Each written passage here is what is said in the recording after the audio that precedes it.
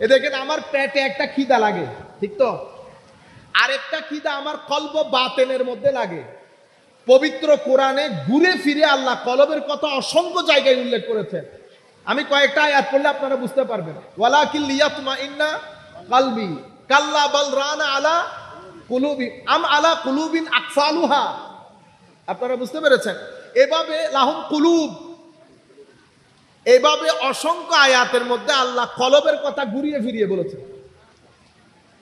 ঈমানের ক্ষেত্রে বলেছেন তাসদিক বিল কলব, তাসদিক বিল আকল না, মানে আমার ব্রেন দিয়ে চিন্তা করে সত্যায়ন করার নাম ঈমান না। ঈমান সত্যায়ন করা হচ্ছে কলব বাতেনের, আকলের না। তো মওলা আকল দিয়ে এত কাজ করতেছি, কিন্তু ঈমানের ক্ষেত্রে আপনারা একটু দরুদ শরীফ পড়েন, আরো বন্ধ হবে। সালাতুন ইয়া রাসূলুল্লাহ আলাইকুম সালামুন ইয়া হাবিবাল্লাহ আলাইকুম তেরি নসল পাক में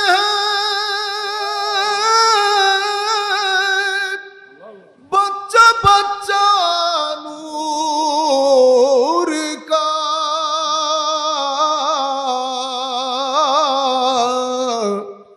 तू है आईने नूर तेरा सब घराना नूर का सलातुन या रसूल अल्लाह अलैकुम সালামুন ইয়া আলাইকুম। আমি আপনাদেরকে বলতে চাচ্ছি তাসদীকুন বিল কলব, এটা উলামায়ে কেরাম ভালো জানেন, আমরা তো আর আলেম না। তাসদীকুন বিল আকল না, আকল দিয়ে আমরা গবেষণা করে একটা জায়গায় যেতে পারি, কিন্তু আকল দিয়ে বিশ্বাস স্থাপন হয় না। আকল বিশ্বাস ও বিশ্বাসের ধার ধারে না। আকল কি জিনিস? আকল আমি এটা ধরলাম, হাত দিয়ে ঠান্ডা লেগেছে, আকল বলতেছে ঠান্ডা, তো ধরার আগে বলেন নাই কেন? আমি ধরার আগে কথা বলি না কেন? তো যতক্ষণ না দেখি, না ধরি, না, বুঝতে পেরেছেন, শ্বাস নেই, এই কাজগুলা যতক্ষণ পর্যন্ত টেস্ট জিহ্বাতে না লাগাবো, লামস যতক্ষণ পর্যন্ত ছুঁয়ে না দেখবো, আমি বিশ্বাস, এই নূর, এগুলার ভিতরে আমি নাই। এটা এমনিতে উলামায়ে কেরাম, আমাদের মাদ্রাসার ছাত্র যারা, তারা বুঝবে, আমাদের কিছু ছাত্র মিত্র আছে। এই জন্য ওয়াহাবিয়তের ভিতরে মাদ্দিয়ত বেশি। ওয়াহাবিয়ত বুঝতে পেরেছেন? আমি কাউকে গালিগালাজ করার জন্য এমনিতে একটা ফ্যাক্ট বলতেছি। ওয়াহাবিয়ত বুঝছেন তো? ওয়াহাবিয়ত মানে আমাদের যারা ওয়াহাবি আকীদায় বিশ্বাসী, এদের ভিতরে মাদ্দিয়ত বেশি। কি বেশি? জাগতিক মহব্বত নাই, ইয়েন নাই, উইয়েন নাই, ইমোশন নাই, লাভ নাই। কেন নাই? কারণ এটা যেই পানি দিয়ে ঢুকছে, যার নাম শেখ ইবনে তাইমিয়া, উনি মাহসুসাত ছাড়া, মানে পারসেপটিভ হওয়া ছাড়া, যতক্ষণ পর্যন্ত আমি হাতে মুখে নাকে দিয়ে না বুঝবো, ততক্ষণ পর্যন্ত আমি এটাকে জ্ঞান বলবো না। আহলুস সুন্নাহ ওয়াল জামার ক্ষেত্রে সেরকম না। আমরা বলতেছি আকল, আমরা বলতেছি সেন্স, আমরা বলতেছি আমার নবীর পক্ষ থেকে আনিত বিধান। এই তিনটা আমাদের মূল জিনিস। তা আমাদের এখানে লাভ, ইমোশন অনেক কিছু আছে, তাদের ওখানে ইমোশন, লাভ এগুলা নাই। সেই কারণে ইহুদিরা বলেছিল না, আল্লাহ তোমারে না দেখলে বিশ্বাস করব না, আল্লাহ তোমারে না দেখলে তুমি আরিনাল্লাহ জাহারা হাত্তা নারাল্লাহ জাহারা, স্পষ্ট দেখলে তখন। তো শেখ ইবনে তাইমিয়ার দাদা শেখ ইহুদি এবং নিজের শেখ ইহুদি, তো ওনারা ইহুদিয়ত থেকে আকীদা ধার করেছেন। আমি আপনাদেরকে যোগ বলতেছি না, আপনারা আবার এটা মনে করেন আমি এমনি এমনি কথা বলে ফেলতেছি না, এমনি এমনি কথা বলতেছি না, এটা এই এগুলার মাধ্যমে পুরো পৃথিবীতে ছড়াচ্ছে। বুঝতে পেরেছেন? আমাদের ভাইরাও জানে না আসলে এখানে আকীদা কি। যদি জানতো, ম্যাক্সিমাম লোকে আকীদা ছেড়ে দিত। ম্যাক্সিমাম লোক তাদের আকীদা জানেই না, জানলেই আকীদা পোষণ করার কোনো সুযোগ নাই। আপনি কি বলবেন? যেটা মানুষের জন্য সৌন্দর্য, সেটা আল্লাহ সেই সৌন্দর্যের বেশি হকদার। যেমন হাত একটা সুন্দর জিনিস, তো হাত যেহেতু সুন্দর তো এটার বেশি হকদার আল্লাহ, সেই হেতু আল্লাহরও হাত আছে। নাউজুবিল্লাহ বলবেন না? ড্যাড হয়ে গেছে বৃষ্টি পরে না। আমরা ওই আকীদা, কারণ ঘুরে ফিরে কোথায় চলে যাচ্ছে? ম্যাটারের দিকে, ম্যাটেরিয়াল। সেই কারণে তাদের এই পুরা আকীদার কনসেপ্টের ভিতরে মহব্বতের কোনো স্থান নাই। ধরে দেখলে হবে, না দেখলে নাই। সেই কারণে কোরআনের মধ্যে রূপক মাজাজ, আমরা বলি না রূপক অর্থ, হ্যাঁ তুমি আমার চোখে চোখে, রূপক অর্থ হইল না। অমুকের হত্যায় অমুকের হাত আছে, হাত এটা রূপক করতে হইল না। তো শেখ ইবনে তাইমিয়া উনি মাজাজ অস্বীকার করেছেন। তো মহব্বত সৌন্দর্যের জিনিস সৌদি আরবের মধ্যে বালাগাত, ফাসাহাত, অলংকার শাস্ত্র পড়া এটা হারাম। তারা বালাগাত পড়ে না, অলংকার শাস্ত্র, বিউটি, মহব্বত এই জিনিসগুলো তাদের ভিতরে নাই কোনো কারণে। যাই হোক, আমি আপনাদেরকে বুঝাইতে যে জিনিসটা বুঝাতে চাচ্ছি সেটা হচ্ছে আকল না ধরলে, না দেখলে, না ছুঁইলে বিশ্বাস করে না। বুঝতে পেরেছেন? এই জন্য আকলের রাস্তা একটা, কলবের রাস্তা আরেকটা। বিশ্বাসের জায়গা কলবের ভিতরে, সেই কারণে নূরও আসে কলবের ভিতরে। নূর কোথায় আসে?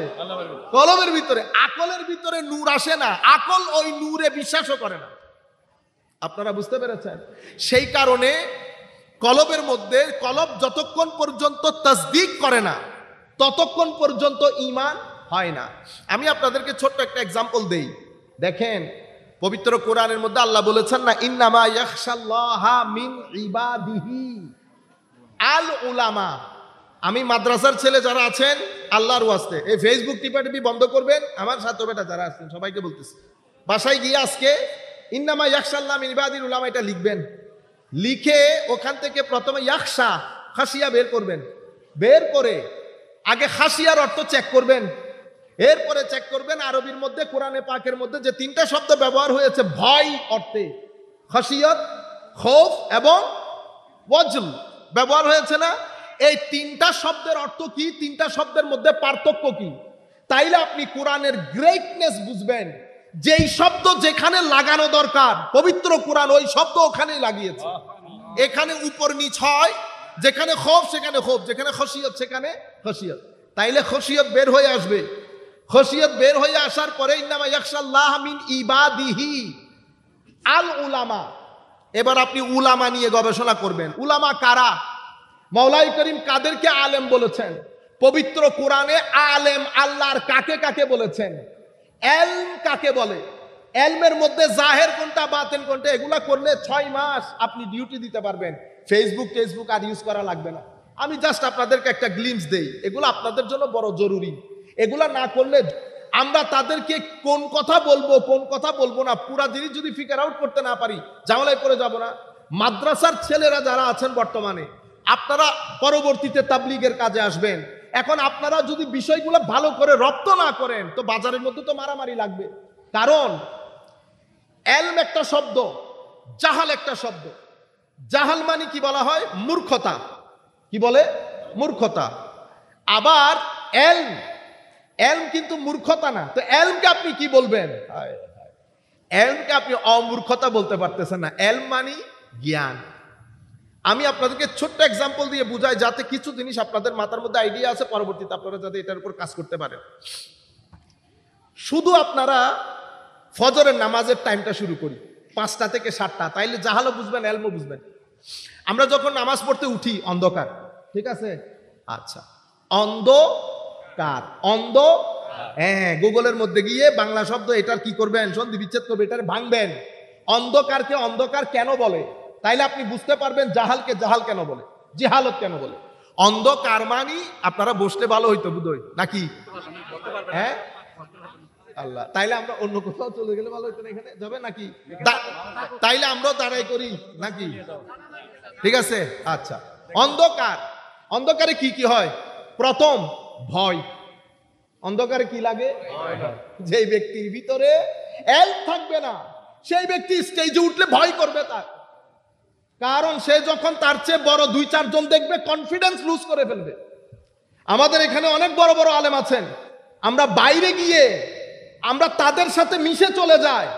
আপনারা এত ধাক্কাধাক্কি করেন, আল্লাহর ইজ্জতের কসম, কুল কায়নাতের মধ্যে কোন স্টেজের মধ্যে সুন্নিয়তকে কি করি নাই, বদনাম করি নাই। বাঘের বাচ্চার মতো উঠেছি, বাঘের বাচ্চার মতো নেমেছি। আমাদের কি আলেম আছে? ও আমরা কি আলেম? আপনারা আলেম আর বক্তা দুইটাকে এক করবেন না। আমরা বক্তা, আমরা আলেম না। আলেমরা শুয়ে আছেন, আপনারা আলেম বক্তাকে একসাথে করে আলেমদেরকে অপমানিত করেন, আলেমদেরকে এক সাইডে সিট দিয়ে রাখেন। আলেম ওয়াজ করার সময় লাফান্ডা মার্কা বক্তা কতগুলো নারাই তাকবীর দিয়ে স্টেজে উঠান, এগুলো সুন্দর জিনিস না। আমি ছেলেদেরকে বলতেছি, বক্তা আর আলেমের মধ্যে ফারাক করবেন। আমরা অসম্ভব নগণ্য বক্তা, আমরা আলেম নই। যেহেতু আমি আলেম, আমি বা আমরা যেহেতু আলেম নই, সেই হেতু এখানে আমরা কোনো ফতোয়া দেব না এবং প্রত্যেক সাবজেক্টের মধ্যে মাস্টারি করব না। কেন? কারণ প্রত্যেক ব্যক্তির একটা একটা সাবজেক্ট থাকে। এই ভদ্রলোকের সাবজেক্ট ফিকহ, ওনার সাবজেক্ট ইলমুল হাদিস, ওনার সাবজেক্ট ইলমুত তাফসীর, আরেকজনের ইলমুল আকায়েদ। যিনি ইলমুল আকায়েদ পড়ান, উনি 1 ইঞ্চি হলেও আমার চেয়ে বেশি জানবেন। কেন? ওহ, ডেইলি 10 ঘন্টা ইলমুল আকীদার মধ্যে দিচ্ছে, তো উনি আনখুন মারি এক কান হইলে বেশি না জানিব না। আমি আমরা ইংরেজিতে বলতে পারি কথা, বক্তব্য দিচ্ছি, ইংরেজি বইগুলা বুঝি, ইংরেজি অনেক উপরের বই পড়ি। তো ইংলিশ লিটারেচার যেই ব্যক্তি পড়েছে, আই তাহলে ওলো যে মাস্টার হইতে না, হ্যাঁ, আই যদি হয় আই ইংরেজি হাম জানি না, ও আই ইংরেজি জানি দিই এক ধরনের ইংরেজি, উনি ইংরেজি যেটা জানেন সেটা আরেক ধরনের ইংরেজি। আপনারা বুঝতে পেরেছেন? সেই কারণে যেই ব্যক্তির যেই সাবজেক্ট, আমাদের এখানে হয়ে গেছে জগা খিচুড়ি। আমি সব বিষয়ে নাক গলাইতে চাই। ফতোয়া এক বিষয়, এটা যিনি দিবেন আল্লাহ রাব্বুল আলামিন এই ফিকহুদ্দিন সবাইকে দান করেন না, এটা আল্লাহর বিশেষ নিয়ামত। আপনারা তো শুধু মনে করেন গাছ ধরলে স্বর্ণ হয়ে গেলে এটা কারামত না। আলেমের ইলম হচ্ছে সবচেয়ে বড় কারামত। ইমাম মুহিউদ্দিন ইবনে আরবি রাদিয়াল্লাহু, আপনারা হাজমি সাহেব হুজুরের উগ্গা আরো খদ্দে আয় হায় হায়, ইংল্যান্ডে আমরা একটা করছিলাম, কি বলে, লাইভ করছিলাম। তো আমাদের ওখানে তো অনেক লোকজন আছে, আমাকে জিজ্ঞেস করতেছে, চাই অনেক হাজমি সাহেব হুজুর একখান কারামত হন তো, ঠিক আছে না? জিবে হর ইবুগ্গ মসজিদুর খতিব। সাধারণ মানুষ হলে আমরা বুঝাইতে পারতাম। এখন আমরা না জানার এরিয়াটা কত জঘন্য হয়ে যাচ্ছে দেখেন। হাশিমি সাহেব হুজুরকে কি কারামত দেখাইতে হবে? ও বেটা, পুরা নামটাই তো কারামত। মানে আলেমের ইলম হচ্ছে সবচেয়ে বড় কারামত। আলেমের ইলম হচ্ছে সবচেয়ে বড় কারামত। যদি সেই ইলমের সাথে আমল থাকে, আমলের সাথে ইখলাস থাকে, ইখলাসের মাধ্যমে নূর আসে, সবকিছু মিলিয়ে আলেম যখন আলেমে রব্বানি হয়, তো ওইটাই ওনার জন্য সবচেয়ে বড় কারামত। সেই আলেমে রব্বানিকে আমরা সুফি বলি। কি বলি? সুফি। আপনারা বুঝতে পেরেছেন? এই নামা ইয়াখশাল্লাহ মিন ইবাদিহিল উলামা। কেন আমি আপনাদেরকে ওই ইলমের কথাটা বলতে গিয়ে, জাহালত, অন্ধকার মানে ভয় লাগবে, আপনি যেতে পারতেছেন না, নাম্বার 1। নাম্বার 2 হচ্ছে কনফিউশন, এদিক দিয়ে যাবেন, এদিক দিয়ে যাবেন, এদিক দিয়ে যাবেন, ওদিক দিয়ে যাবেন। বুঝতে পেরেছেন? পরে পণ্ডিতি করে যে রাস্তা দিয়ে যেতে গেছে পুকুরে পড়ে গেছে। আপনারা বুঝতে পারছেন? যখন আপনি কনফিউজ থাকবেন, আপনার মনে হবে না তারাবি 8 রাকাত, তারাবি 20, 8, 20। আপনি পণ্ডিতি করতে গেলেন কেন? পণ্ডিত যাদেরকে আল্লাহ পাঠিয়েছেন, আপনি সেই পণ্ডিতদের সাথে থাকেন, এখানে আপনার পণ্ডিতির দরকার নাই। কেন? আমাদের জন্য আমরা রুজু করব। যদি হাশমি সাহেব হুজুরের মতো কোনো উলামা বেঁচে থাকেন চট্টগ্রামের জমিনে, আমাদের দায়িত্ব হচ্ছে রুজু ইলাইহিম অথবা ইলাইহি, এটা আমাদের দায়িত্ব। আমরা তাদের দিকে রুজু করব। কেন? হযরতে আব্দুল্লাহ ইবনে মাসউদ রাদিয়াল্লাহু তাআলা আনহুর হাদিস সিহাসিত্তার মধ্যে, ইমাম ইবনু মাজাহ অথবা তিরমিজি শরীফের মধ্যে পড়েছি। হযরতে আব্দুল্লাহ ইবনে মাসউদ বলছেন, না পাইলে কোরআন। এখন না পাইলে কোরআন কার জন্য? আমার জন্য না, আলেমদের জন্য। কোরআনে না পাইলে হাদিস কার জন্য? আলেমদের জন্য। কোরআনেও নাই, হাদিসেও নাই, তো এটা এই কাজাটা কিভাবে করব? তো কামা ফাআলাস সালিহুন, উম্মতের সুলাহা উলামা যেভাবে ফয়সালা দিয়েছে আমরা ওইটাকে মেনে নেব, কারণ আমাদের কাছে অন্য কোনো গত্যন্তর নাই। সেই কারণে ইলমের আরকান 4টা, রুকনুল ইলম আরবা। কয়টা? আরকানুস সালাত আছে না, রুকন বাদে নামাজ হয় না। তো রুকনুল ইলম 4টা। প্রথম হচ্ছে আল উস্তাজ। প্রথম কি? আল উস্তাজ। এরপরে কি? এরপরে আল কিতাব। এরপরে কি? এরপরে হচ্ছে আল মানহাজুল ইলমি, মানে মেথোডোলজি, কিভাবে পড়াবেন। আপনি এই গ্রেড 1-এ ভর্তি করাই দিয়ে তারে কুকুন কুকুন ডাকপারি পড়াবেন না। তা আপনি একটা মেথোডোলজি সেট করছেন না, 1-এ এটা, 2-তে এটা, ম্যাট্রিকে এটা, ইন্টারে এটা, ছেলে মেডিকেলে পড়তেছে, 4 বছর পরে বের হয়ে গেছে, সব জানছে না। কেমনে? যেটাকে আমরা কি বলি শিক্ষা নীতি, মেথোডোলজি। তাইলে এলমের জন্য প্রথম রুকন উস্তাজ, দ্বিতীয় রুকন কিতাব, তৃতীয় রুকন মানহাজুল ইলমি, মেথোডোলজি। 4 নাম্বার কোনটা? 4 নাম্বার হচ্ছে আল জাওবুল ইলমি, জ্ঞানের এনভায়রনমেন্ট। সেই কারণে আমরা ছেলেদেরকে কোথায় পাঠাই? স্কুলে। স্কুলে ঘন্টির বাড়ি চলবে, ছেলেদের পড়ার আওয়াজ আসবে, মায়ের আওয়াজ আসবে, সবকিছু মিলে এটাকে বলে আল জাওবুল ইলমি, ইলমি এনভায়রনমেন্ট। এই 4টা হচ্ছে রুকন। কোত্থেকে পেলাম? আপনি কোরআন এবং সুন্নত যদি গবেষণা করেন দেখবেন উস্তাজ কিতাব। আম্বিয়াই কেরাম এসেছেন উস্তাজকে, আমার নবীর উস্তাদকে আল্লাহ। আর রহমানু আল্লামা আল কুরআন। তাইলে কোরআন হচ্ছে কিতাব, আল্লাহ হচ্ছেন উস্তাজ। মানহাজুল ইলমি কি?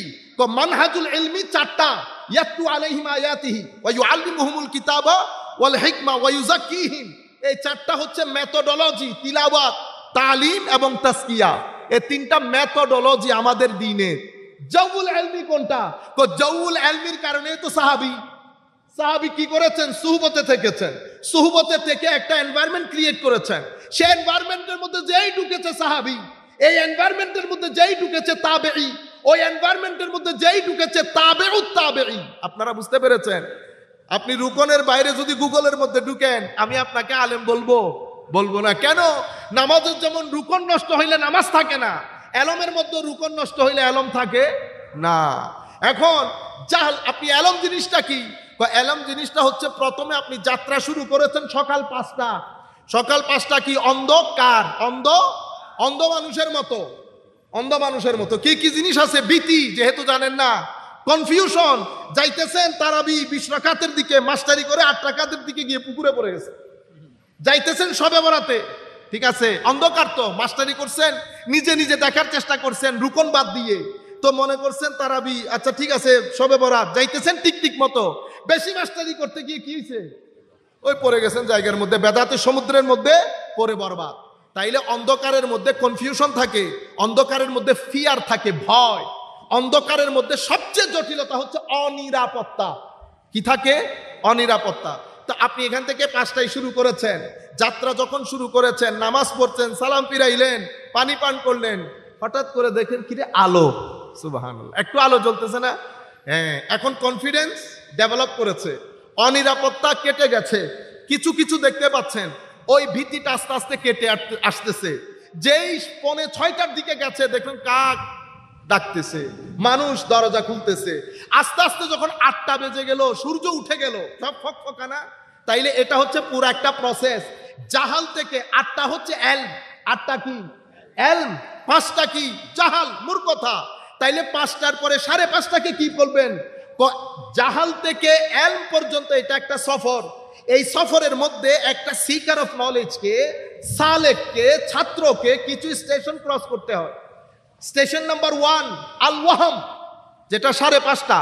ওয়াহাম মানি, হ্যাঁ আমি এটা জানি না, কনফিউজড হইতেও পারে, নাও হইতে পারে।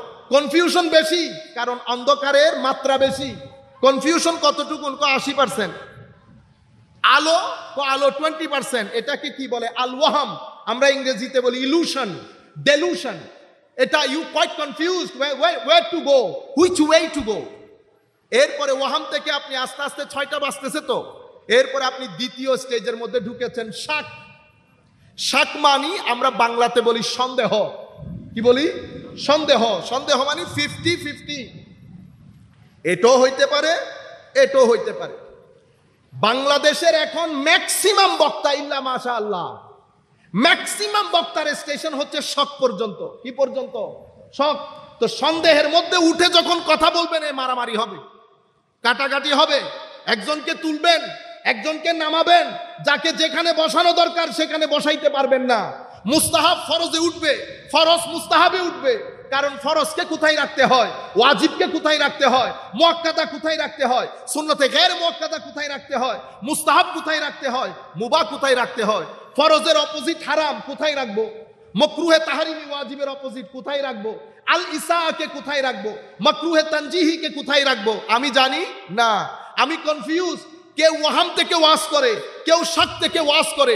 ওয়াহাম এবং শক থেকে কোনো বান্দা যখন কথা বলবে তখন সে বড় আলেম দেখলে কনফিউজড হয়ে যাবে। শুনে যদি আশেপাশে আলেম উলামা আছে তখন সে হাসি ঠাট্টা করে কাটাই দেবে। কি ঠাট্টা করে? হাসি ঠাট্টা। কেন? কারণ মূল খেলোয়াড়, মূল জায়গার খেলোয়াড় না। এখন সাধারণ মানুষ কি বুঝবে?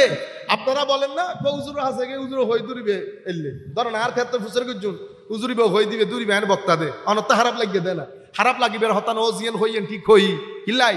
কারণ উনি কথা বলছেন এলমের স্টেশন থেকে, আপনি কথা বলতেছেন ওয়াহামের স্টেশন থেকে। ওয়াহামের স্টেশন থেকে সবাইকে বড় মনে হয়, সবাইকে বড় মনে হয়। কারণ আই বের হইবি ওয়া এই আটলান্টিক মহাসাগর বহুত বড় না না, তুই মানুষ আরে বুঝর করে দিই নাই সত্য হতা হইতি এনে গপ্প মার্কি হত দিল না ইবা আরে বুঝর করে দিই বা আর এটা বিশ্বভারা দিগিতুন বড় হইব না, বুঝছেন না? মানে আর দিগিতুন আটলান্টিক ইবে বড় হইব না। তো আসলে কিছু সাধারণ মানুষ তো আছে উনি এগুলো তো বুঝার কথা না, যিনি যতটুকুন দেখেছেন তাইলে শক পর্যন্ত এসেছেন। আচ্ছা, এর পরবর্তীতে এই স্টেশন ক্রস করার পরে আসে জান। কি আসে? জান। জানের মধ্যে তখন 6:30 7টা বেজে গেছে, তবু একটা ভীতি থাকে, একটা নীরব রাস্তার মধ্যে মনে হয় যেন উপর থেকে কে চলে গেছে, ঠিক না? কেমন যেন একটা ভীতি, এটাকে জান বলে। জানের মধ্যে 80% আপনার সার্টেইনটি থাকে, নিশ্চয়তা থাকে, সন্দেহ থাকে 20%। এই জায়গার মধ্যে এসেও আমার আল্লাহ বলছেন ওয়া ইন্না জান্না লা ইউগনি মিনাল হাক্কি শাইআ। হক বুঝতে চাইলে তুমি জন দিয়ে বুঝতে পারবা না। এই জায়গার মধ্যে এসেও মা লাহুম বিহি মিন ইলম, আমার আল্লাহ বলছেন এই ব্যাপারে তাদের কোনো ইলম নাই, যা আছে সেটা জান। আমাদের এখানে আমরা মানুষকে কনফিউজ কেন করি? কারণ আমি জনের স্টেশন থেকে যখন কথা বলি হাকিকত আমার জানা থাকে না। হাকিকত আমার এখন জনের সাথে যখন নফস যুক্ত হয়, জনের সাথে যখন নফস যুক্ত হয় তখন তো এটা একটা যুদ্ধক্ষেত্র তৈরি হয়ে যায়। তখন আমরা কি করি দেখেন, আমরা আমাদের শ্রদ্ধাভাজন উস্তাদ, বাইরের উস্তাদ, আমাদের একজন উস্তাদ বর্তমানে যাকে ফকিহে মাসর বলে, মিশরের ফকি বলতো ইমাম শাফঈকে রাদিয়াল্লাহু তাআলা আনহু। ইমাম শাফঈর পরে ডক্টর আলী জুমা রাদিয়াল্লাহু তাআলা আনহু বলা যায়। ওয়া নাফা'না বিউলুমিহি ফিদ দারাইনি আমিন। এত উঁচু পায়ার আলেম, একদম আর্লি স্টেজে উনি ডিবেট করতে গেছেন কার সাথে জানেন? আলবানির সাথে। আমরা হলে মানে দরকার হলে মরবো নাইলে মেরে আসবো, ঘটনা সেরকম না। ঘন্টার পর ঘন্টা ডিবেট করেছেন, অল্প বয়সে, আজকে না, অনেক আগের কথা।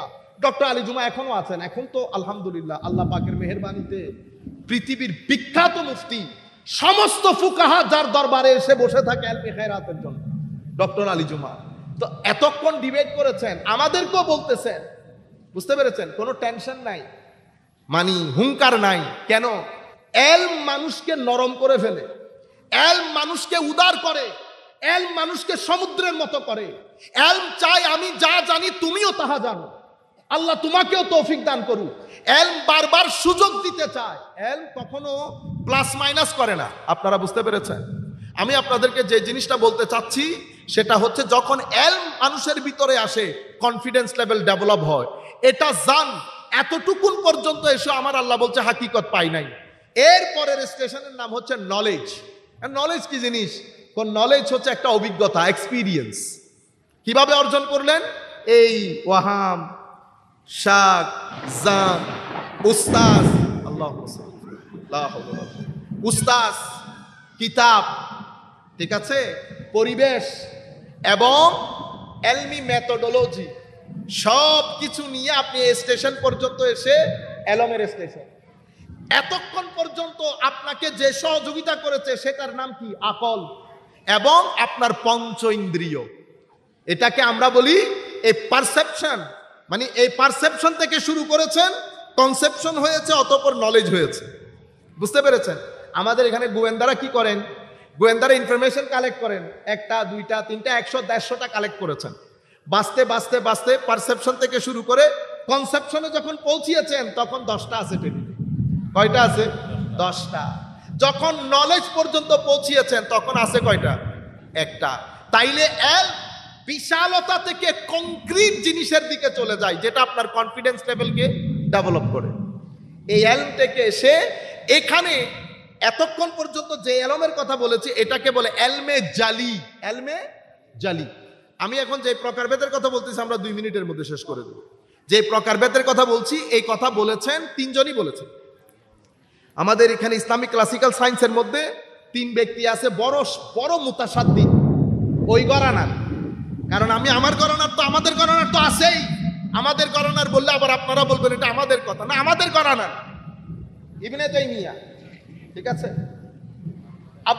ইবনুল কাইয়িম আল জাওজি, ইমাম শৌকানি, এই 3 জন হচ্ছেন জটিল প্রকৃতির আলেম, মুতাসাদ্দিদ যাদেরকে বলে। এই মুতাসাদ্দিদ আলেমের মধ্যে ইবনুল কাইয়িম বলেন আর ইমাম শৌকানি বলেন, সবাই বলেছে এলম 2 ধরনের, জালি, খাফি, প্রকাশ্য, অপ্রকাশ্য। প্রকাশ্য এলমের মধ্যে কি কি? যে প্রসেসটা আপনাদেরকে বলেছি, পারসেপশন লাগে, আকল লাগে, সবকিছু করেছেন। আচ্ছা, খাফি কোনটা? তো খাফির মধ্যে আকল নাই, কলব আছে।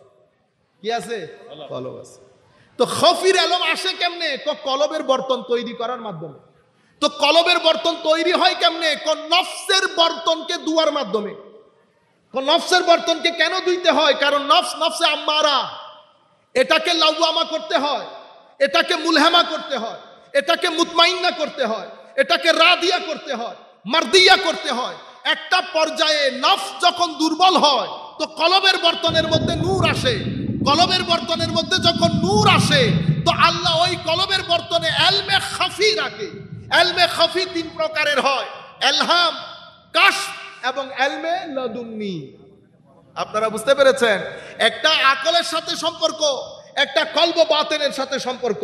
তো কলব বাতেনের মধ্যে যখন আলেমের কলবের ভিতরে, একটা তো আলেমের আকলের ভিতরে, আকলের ভিতরে পুরা কিতাব জমা হয়েছে, কলবের ভিতরে ওই কিতাবের নূর জমা হয়েছে। অতঃপর সেই কলবের বর্তনে আমার আল্লাহ যখন ওয়াল্লামনাহু মিন লাদুন্না ইলমা, আল্লাহর পক্ষ থেকে বিশেষ ইলমে লাদুন্নি দান করেন, সেই আলেম বয়সে যত ছোটই হোক তাকে সমস্ত উলামায়ে কেরামের মধ্যে বড় মনে হবে। আর এই আলেম যত বাড়বে, বয়স্ক হবে, আমি এতক্ষণ পর্যন্ত কথা যেগুলা বলছি সেই কথাগুলোর মধ্যে আপনারা এনারা 3 ভাইকে বসাইতে পারবেন। নুরুল ইসলাম হাশমি, আল্লামা আমিনুল ইসলাম হাশমি সাহেবকে, আল্লামা বজলুর রহিম হাশমি সাহেব, 3 ভাইকে রাখতে পারবেন। আমি এতক্ষণ পর্যন্ত আপনাকে যে কথাগুলা বলছি, হাশমি সাহেব হুজুর বসেছেন, আশেপাশে এত উলামা বসেছেন, কাকে বড় মনে হতো? বয়স্ক আলেম হাশমি সাহেব হুজুরের সামনে বসে নাই? বসেছে। কিন্তু আকলি এবং কালবি 2 এলম যখন সিনার ভিতরে জোয়ার তুলে তখন ওই ব্যক্তির কলব বাতেনের মধ্যে মাওলা কাশফ, এলহাম এবং এলমে লদুন্নির সমুদ্র বানিয়ে দেন। যখন এলমে লদুন্নি এসে যায় তখন তাফসীরের কিতাব পড়বেন একটা, বরকত হবে 100টা। আপনি 100টা কিতাব বাসায় পড়ে ওই এলমে লদুন্নি ওয়ালা বান্দার সাথে যখন কথা বলবেন আপনি তখনও নিজেকে পুকুর পুকুর মনে করবেন। এক কিতাব থেকে বরকত বেশি হয়ে যায়, তারপর লেয়ার বেশি উঠে, লেয়ার বেশি উঠে, মানে স্তর স্তর স্তর থাকে না। আপনি আকলি আলমের মাধ্যমে 3টা স্তর তুলবেন, এলমে লদুন্নির মাধ্যমে 100টা স্তর উঠে। আপনারা বুঝতে পেরেছেন? সেই ধরনের একটা দরবারের মধ্যে আল্লাহ আমাদেরকে এখানে এনে জমা করেছেন। আল্লাহর দরবারে দোয়া করছি মাওলাই করিম হুজুরদের ফুয়ুজাত দিয়ে যেন আমাদের সিনাকে দণ্ড করে। আল্লাহর দরবারে দোয়া করি আল্লাহ যেন এই মাদ্রাসা এবং চট্টগ্রামের আমাদের আহলে সুন্নাত ওয়াল জামাতের মাদ্রাসাগুলা থেকে জামানার গাজালি, ইবনে রুশদ, ইবনে সিনা এবং যেন জালালউদ্দিন রুমি পয়দা করে। মাওলাই করিম যেন আমাদের এই হিদ্দা থেকে কিছু হাশিমি যেন অনতি বিলম্বে আল্লাহ আমাদেরকে দান করে, নতুবা আমাদের ভবিষ্যৎ বড় অন্ধকার হবে। আল্লাহ রাব্বুল আলামিন আমাদের হামি ও নাসির হোক। মাওলাই করিম আমাদেরকে কবুল করুক। আমা আলাইনা ইল্লাল বালাগুল মুবিন। আসসালামু আলাইকুম ওয়া রাহমাতুল্লাহি তাআলা ওয়া বারাকাতুহু।